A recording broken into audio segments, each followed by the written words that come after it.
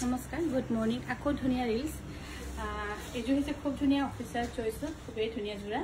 আৰু এইযোৰ মই কালি ৰাতি এনেকৈ পকাইছিলোঁ কিন্তু কমপ্লিট নকৰিলোঁ আৰু বেলেগ বেলেগ কিবা কিবি কাম থকাৰ কাৰণে কমপ্লিট কৰিব নোৱাৰিলোঁ আৰু এই অফিচাৰ চইছো আমি অলপ বেলেগ বেলেগ কালাৰ লগাইছোঁ আৰু এইযোৰ আপোনালোকে ল'ব পাৰিব ৬,৮০০ টকাত ৰেডিটোৱে থাকিব আৰু এইযোৰ হৈছে ৰেডতে ৰেড ফুল থকা খুব ধুনিয়া এনেই দেখি নাপাব কিন্তু কাপোৰযোৰ বহুত ধুনিয়া আৰু গাত লগোৱাৰ লগে লগে ভাল লাগি যায় একদম আৰাম কমফৰ্টেবল ৬,৮০০ টকাত ল'ব পাৰিব আৰু এটা নতুন কালাৰ লগাইছোঁ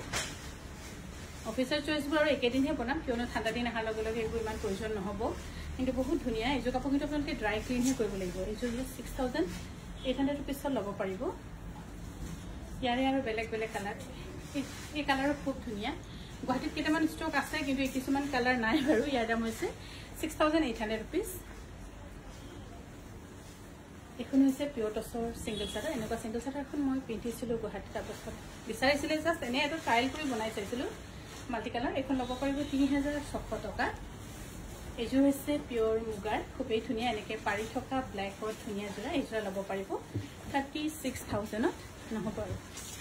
36,000ত ল'ব পাৰিব এইফালে হৈছে ব্লাউজ পিচ ধুনিয়া জোৰা আৰু